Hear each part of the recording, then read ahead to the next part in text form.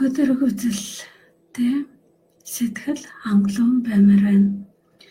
За энэ постыг би нэг охин зориулж бичсэн байгаа. Тэр охиныг Цэцэрлэг сайхан гэдэг юм байна. 2015 онд сургуулаа төгсөөд л хүүхэд гаргаж гэртээ байсан. Ойрын үед сэтгэл их тогтворгүй хямарч байгаа. Ажил хайж байгаач ажлын туршлага гэдэг авах газар олдохгүй. Сэтгэл санаагаа тогтвортой өөдрөг үзэлтэй сэтгэл хангалуун баймаар байна гэж юм. За өөдрөг үзэлтэй сэтгэл хангалуун сайхнаа минь ээ. Чамд өдөр үзэлтэй сэтгэл хангалуун байх маш олон шалтгаан байна. Чи өдрөг сэтгэл хангалуун байхдаа өөрийнхөө талаар юу гэж боддог бэ? Би маш азтай. Би сургуулаа төгссөн. Мөн нөхөрт харсан. Мөн гайхалтай хүүхэдтэй болсон. Зарим хүмүүс энэ зүйлийг олох гэж их хайж яаж олохоо мэдэхгүй төөрч байдаг. Харин чамд сэтгэл хангалуун байх маш олон гайхалтай том шалтгаан зөндөө байна. Бид юунд төвлөрөө түүнийгээ анхаарна, түүндээ их ач холбогдол өгч түүнээсээ тэр бодлоос мэдрэмжээ олдог.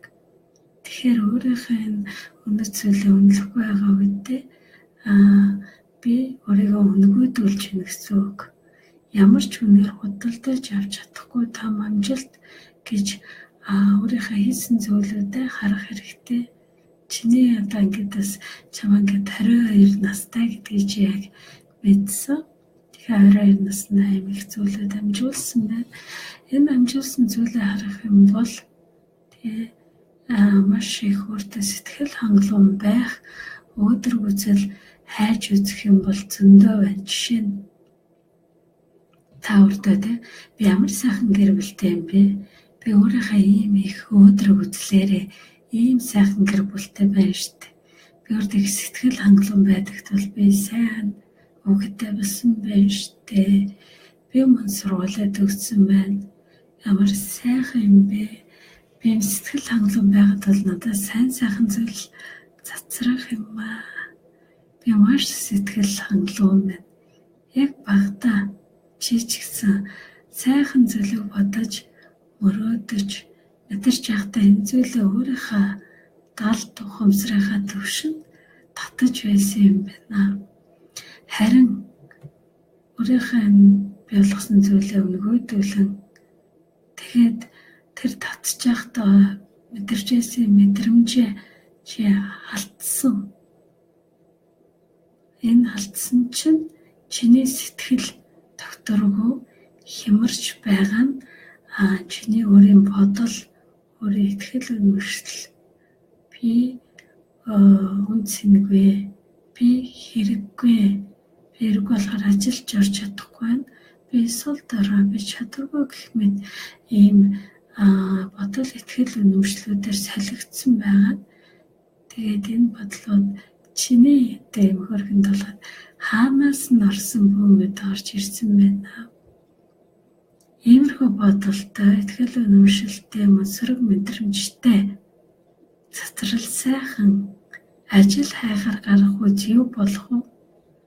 Нөгөө бүх сайхан зүйлээ өөрийнхөө өөдрөг үзлээрээ татдаг сэтгэл хангалуун сайхнаа маань харагдахгүй.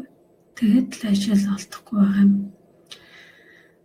За хайгуулаа битгий тэмээрэд хизээ юм байдаг юм аа. Хямрал байна, ажилгүйдэл байна. Тэгээд чадваргүй байна, залуу хүн байна гэх ийм олон шалтгаан. Тэгээд ийм бодит байдал юм байна штэ. Чи ч мэдэхгүй юм уу гэх хин нэгэн хүний коммент бичгээс нь өрсөж би бол хизээж ямар ч цаг үед ажил байдаг гэж хэлнэ. Хинч туршлагагүй анх ажилд орж л байдаг шүү дээ. Жишээл сургуулаа төгсчихэд 10 жилийн туршлагатай ажилд орно гэхгүй. Залуу хүмүүсийн залуу байхдаа ажилд орох шанс нь илүү их байдаг. Ямар ч цаг үед хямрал байдаг. Тэгээ намайг сургууль төгсөж байгаа тэмрэл ажил хөдөл байж л байсан. Харин зарим нь ичдээ мэд ордог. Зарим би ийм л туршлагагүй, би ийм л үнцэнгүй, би ийм л азгүй, хинч надад туслахгүй байна. Танил тал надад байхгүй болоод би ажилгүй байна. Эцэг их ах ихч надад туслаагүй байгаа болохоор би ингэж юм гэх мэт бодлогууд нь өөрийнхөө хар ажиллаа найдвартайгаар хийдэг юм. Ажилд орохгүй байх шалтгаан нь чи өөрөө байж болно. Би гэртээ баймаар байна. Би хүүхдээ харах хэрэгтэй. Тэгэхгүй бол ийм зүйл, тэм зүйл болж магадгүй гэсэн тал тухамсартай ажилд орохыг хүсэхгүй байна. Тийм айдас жийж болно, гэмшилж хийж болно. Эднэрийг одоо зохицлох хэрэгтэй. Энэ эргэлзээ чамайг шийдвэртэйгээр ажиллаа хайх заавал орно гэсэн итгэлгүй болох нь энэ бодлоо зохицолснийхээ дараа харин өөрийнхөө бүр төвцөн тэр авьяасаараа ажиллаалаарай. Бага зүйлдээ сэтгэл хангалуун болж өдрөг үзлээ цацруулаарай. Чамд хэн хүнээс илүү их амар байх болно. Нэр чинч мөн сайхан байна. Ягд гэвэл ч угаасаа маш хурдан сайхан бүхнийг татаж цацрааж чаддаг төрцөн болохоор өдрөг үзэл гэж яг юм бэ гэхээр энэ бол зүгээр бодол, сайхан бодол байхад сайхан мэдрэмж төрнө. Энэ эсрэгээр нь би өөрийнхөө сайхан мэдрэмжээ ажиглаад байхад энэ сайхан бодол болно.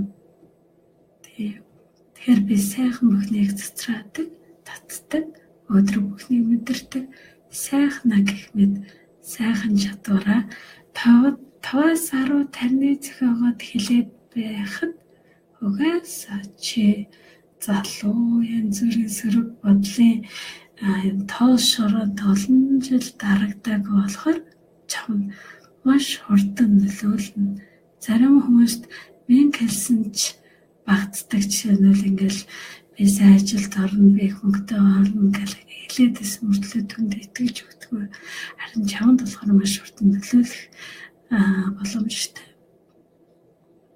Яг бол маш чи бодоход оролж мэдрэхэд л ингээл гэрлийн урдаар нөлөөлөл хин нэгэн чамд туцтаал ажилд орооч гэж хэлж болно.